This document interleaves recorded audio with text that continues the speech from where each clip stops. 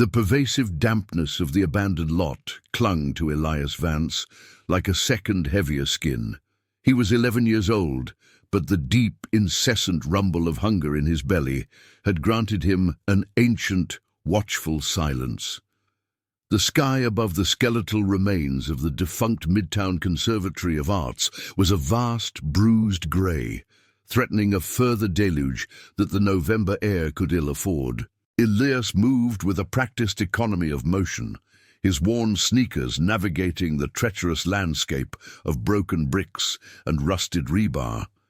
Every step was a negotiation between immediate need and profound exhaustion.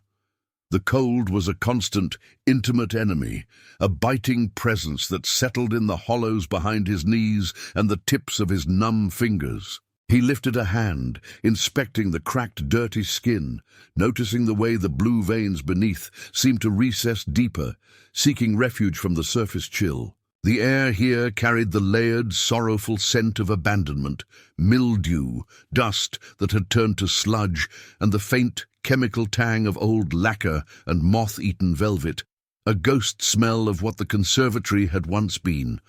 Elias was searching for anything that offered respite, a canvas tarp, a stack of dry wood, a hollow space shielded from the wind that swept through the broken window frames like a chorus of low, despairing whistles. He rounded a towering heap of discarded theatrical flats, painted scenes of pastoral oblivion now chipping away into nothingness, and stopped. His breath hitched, not from exertion, but from the sudden, profound contrast of the object before him against the industrial ruin. It was a piano. Not a modern, sterile piece of technology, but a colossal, dark upright, a testament to Victorian grandeur and musical obsession. Its wood, likely walnut or mahogany, was scarred and warped by exposure, the heavy finish dulled by years of neglect. It stood oddly isolated, placed not randomly, but leaned carefully against the remaining fragment of a brick wall, as if positioned there by someone who harbored a final, futile reverence for its structure. Elias approached slowly, the crunch of gravel beneath his soles seeming an inappropriate noise in the presence of such silent monumentality. The instrument was enormous, its height intimidating, capped by a heavy hinged lid that lay slightly ajar. The brass pedal rods were oxidized to a sickly green, and the caster wheels beneath the base were sunken deep into the muddy earth. He reached out a timid finger, tracing the cold, rough surface of the casing. The wood was damp, but beneath the superficial grime, he could feel the intricate, almost floral carving that decorated the front panels. This object was heavy with history, a massive, unmoving coffin filled with potential sound. A wave of intense, unexpected melancholy washed over him. The piano was an artifact of comfort and structure, things Elias had not known in what felt like a lifetime. It represented indoor warmth, formal education, and a kind of ordered domesticity that now existed only in the hazy, unreliable corners of his memory. He edged closer, circling the front. The keyboard cover, or fallboard, was stubbornly closed, but one side of the heavy lid was loose, dangling precariously by a single strained hinge. Elias placed both hands flat on the top surface of the piano, leaning his weight into it. The wood groaned faintly, a low structural sigh that seemed to acknowledge his presence. He needed to open the fallboard. Perhaps the cavity inside would offer shelter from the wind for a few hours, or maybe, impossibly, there was something useful stowed within. He tried to pry the fallboard open with his stiff fingers, searching for a latch, but it was sealed tight. It seemed jammed, swollen shut by moisture. Defeated, he shifted his focus to the exposed keys beneath the slightly elevated top lid. He peered through the narrow gap. The keys, 88 silent sentinels, were visible but unreachable. They were stained, some deeply yellowed, others marred by black mold spots. Several of the ivory caps had peeled completely away, revealing the dark, porous wood beneath. Elias stood there, breathing shallowly, his gaze scanning the length of the keyboard. Then he noticed it, Near the center, positioned just to the right of Middlesea, was a key that looked subtly different. It was a white key, like its neighbors, but it was angled down ever so slightly, and its ivory cap was not merely stained, but possessed a thin, almost invisible fissure running vertically down its center, a crack that caught the diffused light. It looked loose. A curious impulse, wholly divorced from his survival needs, overtook him. He slowly slipped his right index finger into the narrow opening beneath the top lid. The gap was tight, scraping against the dry skin on his knuckle, forcing him to turn his finger sideways. He located the unique key, the slightly depressed one, and rested the tip of his finger upon its surface. The ivory felt surprisingly cool, almost slick, despite the surrounding dust. He hesitated. Pressing the key felt like violating a solemn, unspoken rule, disturbing the monumental stillness of the abandoned instrument. What if it created a noise that drew attention? In this empty yard, any sound was amplified, echoing across the derelict structures. But the key was already depressed. It beckoned him. With a final, decisive inhalation of the cold, damp air, Elias pressed the key. He pressed it gently, pushing it down, maybe half an inch. There was no sound. Absolutely none of the expected resonant thunk or the dissonant chime of an untuned string. The key moved smoothly, silently, down to its full depth. But something else happened.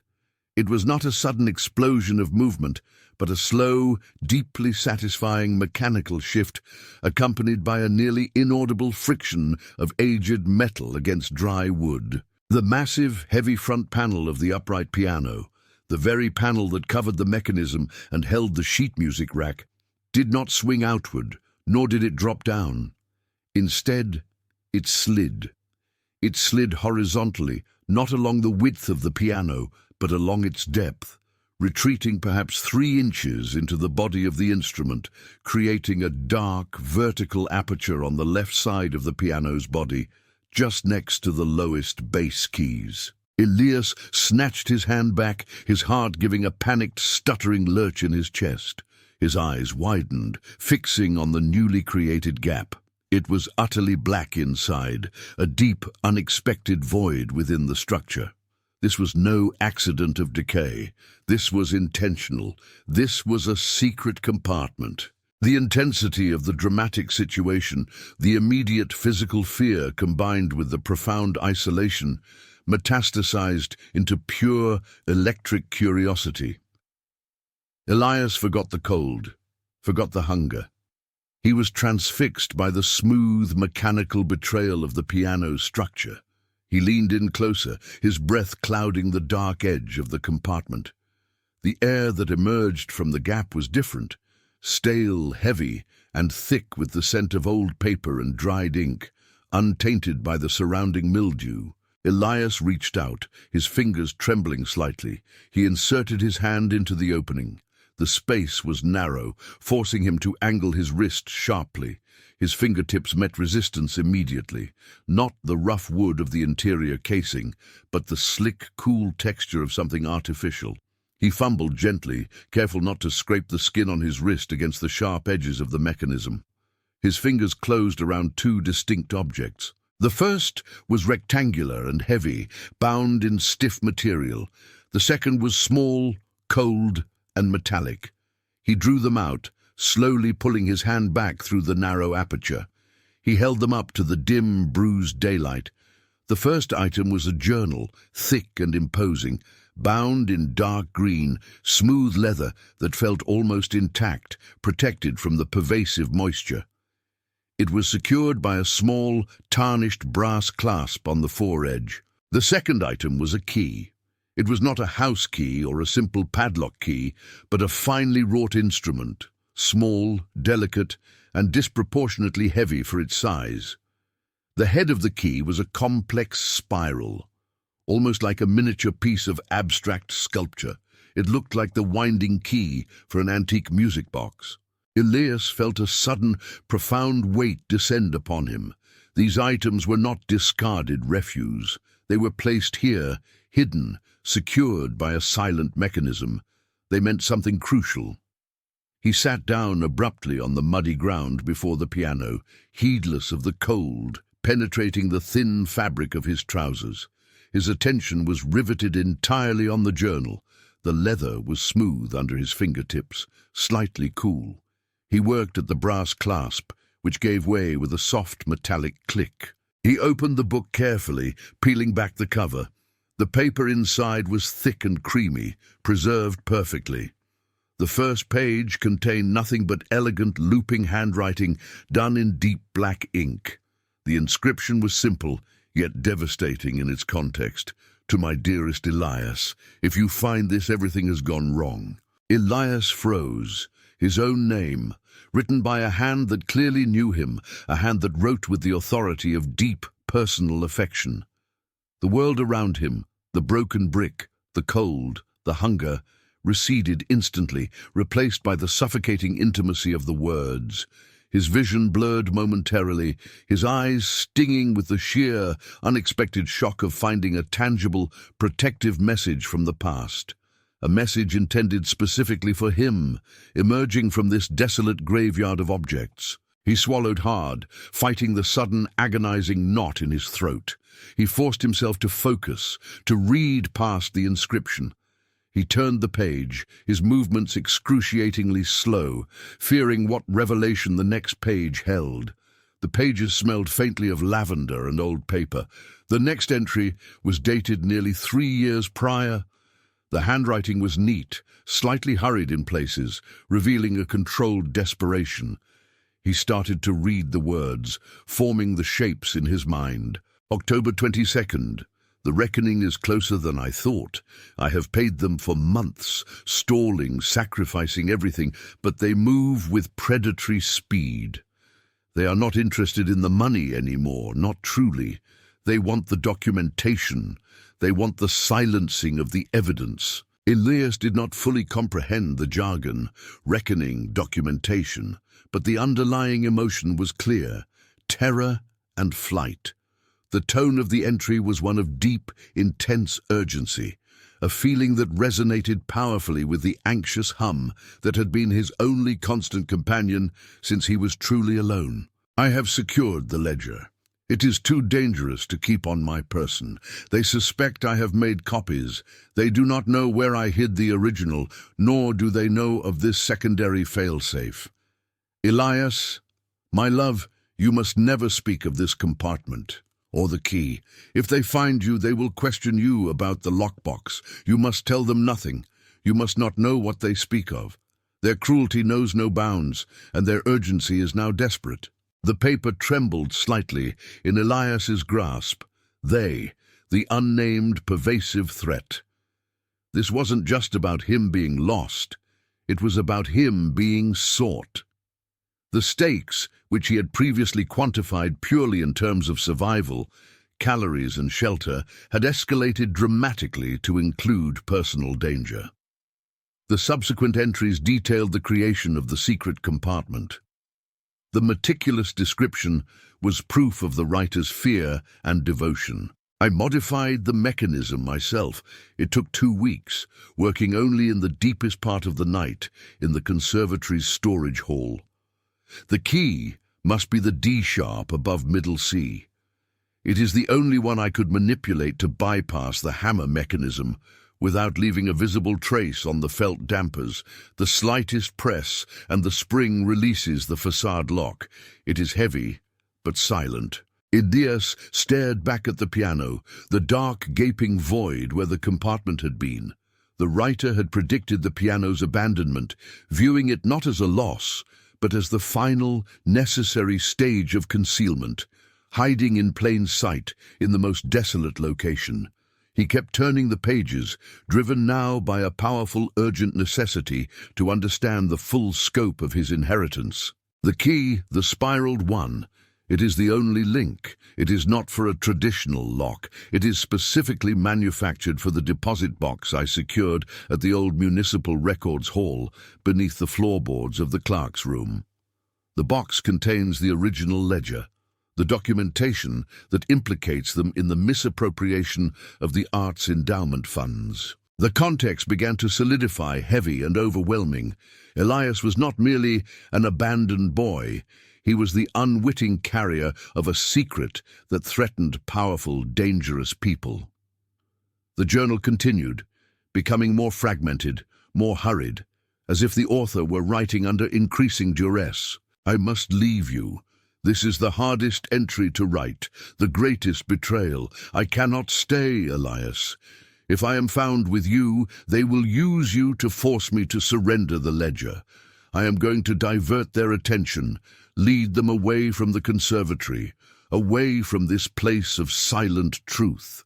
A single tear, cold and searing, tracked a path through the grime on Elias's cheek. "I must leave you." The words were the raw, agonizing confession of a sacrificial departure. The writer hadn't simply left him. They had protected him by creating a massive, deliberate distance, turning themselves into the primary target. Elias realized, with a suffocating certainty, that the author of the journal was his mother, Elias Vance. Her careful, precise script, her protective ferocity, it all coalesced into a profound, aching memory of the woman he had only faintly remembered. The final entry was just a single devastating sentence, written in a shaky script that had bled slightly into the thick paper. "I love you. Live. Find the box. Take the evidence to the authorities. They will protect you. They must." The date beneath was 3 years ago, a week after the dated entry he had first read.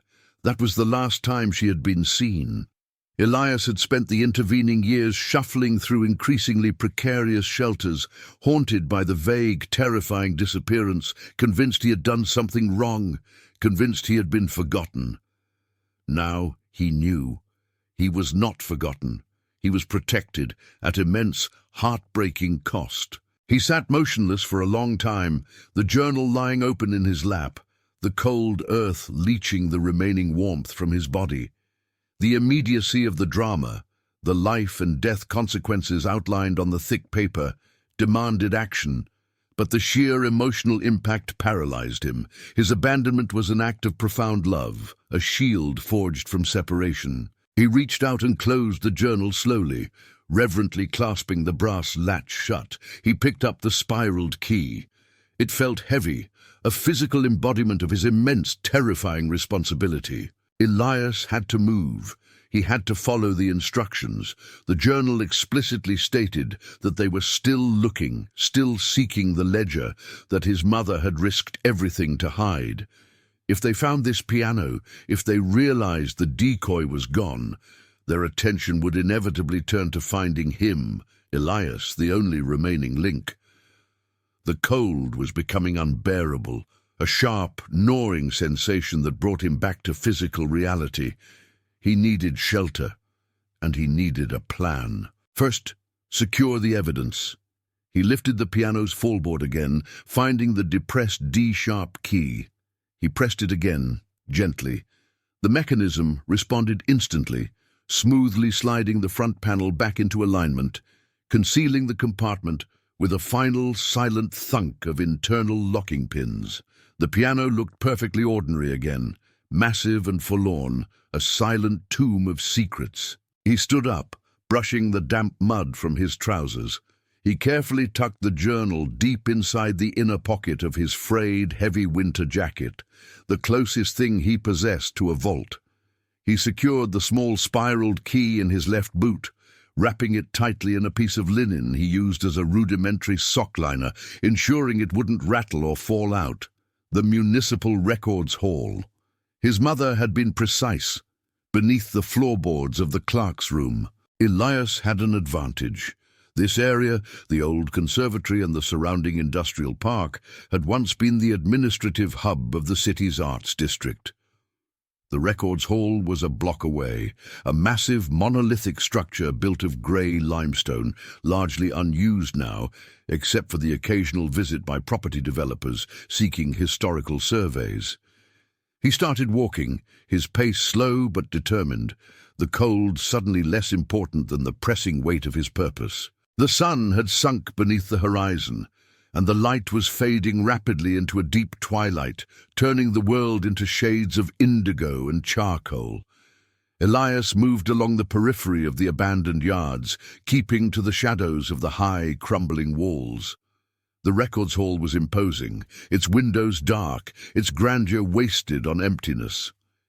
He reached the rear loading dock, a series of chipped concrete steps leading up to a pair of massive rusting metal doors. The building was supposed to be sealed, but Elias knew the language of abandonment. He searched along the foundation, knowing that water damage and structural decay often created unintended entry points. He found it near the southeastern corner, a basement window partially obscured by overgrown ivy, its frame rotted out at the base. It was small, dusty, and required him to flatten himself entirely to squeeze through. The friction against the broken glass edge sent a painful, sharp scratch across his shoulder blade, but he ignored the sting. He dropped into the suffocating darkness of the basement. The air here was thicker, heavier, saturated with the smell of centuries of paper, dust, and concrete. It was colder than outside, the kind of stillness that suggested the absolute absence of life or movement. Elias stood for a moment, letting his eyes adjust. The darkness was nearly complete, illuminated only faintly by the slivers of light penetrating the tiny, high basement grates. He needed to find the clerk's room on the ground floor. He moved cautiously, navigating around stacks of waterlogged boxes and defunct ventilation equipment.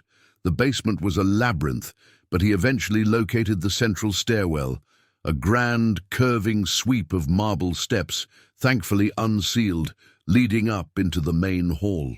He ascended slowly, placing his weight carefully on the edge of each step to avoid the screeching echo of his footsteps on the marble. The ground floor was overwhelming. It was the main administrative area, a vast space with soaring ceilings and ornate plaster columns. Even in the gloom, Elias could see the outlines of dozens of abandoned oak desks covered in sheets of graying dust covers. He needed the clerk's room. His mother's description implied it was a peripheral, secondary space. He moved around the perimeter of the hall, feeling his way along the cold, textured wallpaper. After what felt like an eternity, he located a single, heavy wooden door tucked away in an alcove near the former mailroom. A tarnished brass plaque, barely visible in the darkness, confirmed it. Records clerk, Ms. E. Vance. Elias pushed the door. It grated open with a dry, miserable screech that sent a jolt of panic through him. He froze, listening intently. Only the relentless, hollow sigh of the wind outside answered. He slipped inside. The room was small, cramped, and rectangular. A single solid oak desk dominated the space. Filing cabinets stood against one wall. The floor was laid with thin, dark wood planks, perhaps maple or chestnut, aged to a near-black patina. He closed the door behind him and leaned against it, allowing himself a moment to gather his fragmented courage. The urgency was palpable now. He was inside the location, standing on the very ground where his mother had hidden the evidence. The floorboards. He knelt down, ignoring the dust and grit. He ran his fingers over the surface of the wood. The planks were narrow and tightly interlocked, secured by hidden nails. He needed to find the specific area described by his mother. She had been precise about the mechanism of the compartment, implying an equally precise location for the ledger. He began systematically examining the floor around the massive oak desk, the place where she would have spent her days. He worked slowly, tracing the line where one plank met the next, searching for the minute variation, the slight gap, the telltale sign of a plank that had been loosened and resecured. Minutes bled into what felt like hours. His fingers were stiff and raw from the cold, making tactile perception difficult. Frustration, sharp and heavy, began to mount. He shifted his position, moving to the far side of the desk, closer to the window. His hand passed over a section of the floor that felt marginally different. One plank, approximately 3 feet long, seemed marginally lower than its neighbors, sinking perhaps a millimeter into the subfloor. He pressed harder, wiggling the plank with the edge of his thumb. Nothing. Then he remembered the key, the small, spiraled key in his boot. He carefully removed his boot, then unwrapped the key from the linen cloth. The metal was icy cold against his palm. He returned to the plank, holding the key. It was a winding key, designed not for a traditional lock, but for a rotating mechanism. He ran his fingers along the edge of the slightly depressed plank. About 6 inches from the end, his finger slipped into a minute, barely perceptible depression in the wood. It was a keyhole, recessed completely flush with the surface of the floorboard, hidden beneath a layer of dust that Elias now scraped away with his fingernail. The keyhole was intricate, matching the complex spirals of the key's head. His heart pounded a heavy, rhythmic tattoo against his ribs. This was it, the second failsafe. Elias inserted the key into the flush opening. It slid in perfectly, clicking into the mechanism with a delicate, mechanical precision that belied its age. He grasped the head of the key and slowly, meticulously, began to turn it clockwise. He turned it once, a full 360 degrees. He heard a soft, internal grinding sound, like small gears meshing. He turned it a second time. The grinding ceased, replaced by a dull internal thump. He stopped turning. He placed his fingertips on the plank next to the mechanism. The plank did not move, but the planks surrounding it did. With a sound like a whisper, a section of the floor, maybe 18 inches square, lifted vertically, pivoting on an unseen internal hinge on the side opposite Elias. A rectangular void was revealed beneath the floorboards. Inside, resting on a bed of what looked like tightly packed, dry cotton batting, was a metallic strongbox. Elias stared into the dark hole, the sheer weight of what he was doing, disinterring 3 years of silence and risk, almost too much to bear. The box was about the size of a thick dictionary, made of heavy, dark steel, deeply scratched, but securely locked. There was a latch, but no visible keyhole for the spiraled key. He realized his mother had likely used a standard padlock on the box itself, and the spiraled key was only for the floor compartment. He reached into the void, his hands closing around the cold, smooth metal of the strongbox. It was heavy, reassuringly so. He lifted it out, placing it gently on the dusty floorboards next to the open compartment. He slowly retracted the spiraled key from the floor mechanism, and the pivoting section of the floor, obeying the laws of counterweights, slowly sank back into place, sealing the compartment once more. Elias now had the box, but he could not open it. He inspected the steel box closely, feeling the rigid edges. The latch was clearly secured by a standard, heavy-duty padlock. He checked his inventory: journal, spiraled key, his increasingly useless wallet. No lockpicks, no tools. His mother had intended for him to find this box, but she had not given him the key to the final lock. He remembered her meticulousness. She would not have left this to chance. The final key had to be hidden nearby, or within the contents of the journal itself. He pulled the heavy journal from his jacket pocket, laying it open on the desk. He leafed through the pages again, this time not focusing on the text, but on the paper itself, searching for anything taped, folded, or concealed. He reached the last page, the devastating farewell. He ran his fingers along the edges, feeling the thickness. The page felt normal. He turned back to the beginning, scrutinizing the inner cover. Nothing. He pressed hard on the leather binding itself. It was thick, layered. He felt a slight give, a hollow space along the spine. Using the edge of the small, intricate key, he pried gently at the leather cover where it met the spine, near the bottom edge. The leather, softened by age and handling, resisted momentarily, then tore slightly, revealing a narrow slit cut precisely into the thick board backing of the cover. Inside the slit, folded tightly and completely flat, was a small, oiled piece of cloth. Elias carefully worked the folded cloth out with the tip of the key. It was a piece of fine, dark velvet, preserved by the oil. He unfolded it. Inside the velvet, resting against the dark cloth like a tiny, luminous jewel, was a minuscule silver key, a plain yet sturdy key, clearly designed for a small padlock. Relief, sharp and overwhelming, surged through him. Her foresight was absolute. She had anticipated every contingency, every barrier. Elias picked up the silver key, his fingers sticky with the preserving oil. He knelt back down beside the strongbox. He inserted the silver key into the padlock. It engaged immediately, turning with a smooth, decisive clunk. He removed the padlock and laid it beside the key. He then placed his hands on the heavy lid of the strongbox. He lifted the lid. The metal hinges grated slightly, protesting the 3 years of stillness. Elias looked inside. The contents were surprisingly sparse, yet immensely heavy with meaning. Inside, protected by the cotton batting, were 2 primary items.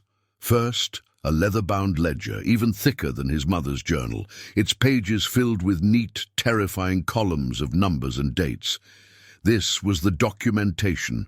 Second, resting atop the ledger was a single, slightly faded photograph, protected by a thin sheet of brittle plastic. Elias picked up the photograph first. It was a picture of a smiling woman, young and vibrant, standing beside a small boy with wide, serious eyes. The woman was his mother, Ilara. The boy was Elias, perhaps 8 years old, standing awkwardly by her side, clutching a worn, stuffed lion. Seeing her face, clear and untouched by the grime and decay of the present, broke the last wall of his emotional defense. He pressed the photo to his chest, a low, ragged sob escaping his throat. It was the deepest, most honest expression of grief and relief he had allowed himself in years. The vulnerability, the realization that he was deeply loved and deeply mourned, was a healing pain. He held the picture until the stinging in his eyes subsided. Then he forced himself to place it carefully back inside the strongbox. He had to focus on the ledger. He opened the book, flipping through the pages. The columns were dense, detailing large, complex financial transactions involving the arts endowment. Beneath the numbers, meticulously transcribed in Ilara's precise hand, were corresponding names and dates, names of powerful, recognizable city officials and corporate executives. This ledger was not just proof of misappropriation. It was a precise, documented narrative of systematic fraud and theft, potentially involving dozens of powerful figures who had used the conservatory as a private slush fund and who were desperate to see this book destroyed. Elias felt the immense weight of the danger. His mother had been pursued not by petty criminals, but by people who controlled immense civic power. His fear intensified, hardening into a focused, cold determination. He had the truth. He had the weapon that could expose them. He closed the ledger, replaced the photograph, and locked the strongbox again, replacing the padlock and securing the silver key back into the spine of the journal. He placed the heavy steel box deep inside the inner lining of his jacket, its cold weight pressing against his sternum. He had the means to clear his mother's name and potentially to secure a future for himself, one where he was safe and protected by the authorities she trusted. He needed to find those authorities. The journal hadn't specified which authorities, only that they would protect him. In a city where those in power were potentially the perpetrators, this choice was critical. He sat on the floor of the clerk's office, enveloped by the stillness of the old hall, and began to think. He couldn't trust the local police. The journal mentioned city officials. He needed someone independent. Federal, perhaps. The sun had long since set. Total darkness had fallen, leaving the room illuminated only by the faint, filtered, ambient light from the distant street lamps filtering through the dust-caked window. He looked at his hands, covered in the grime of the abandoned yard and the dust of the old records hall. He was exhausted, but the urgency of his purpose had suppressed the hunger. He knew he could not stay here. He carefully stood up, flexing his stiff legs. He made his way back through the clerk's office door, across the echoing main hall, and down the curving marble staircase.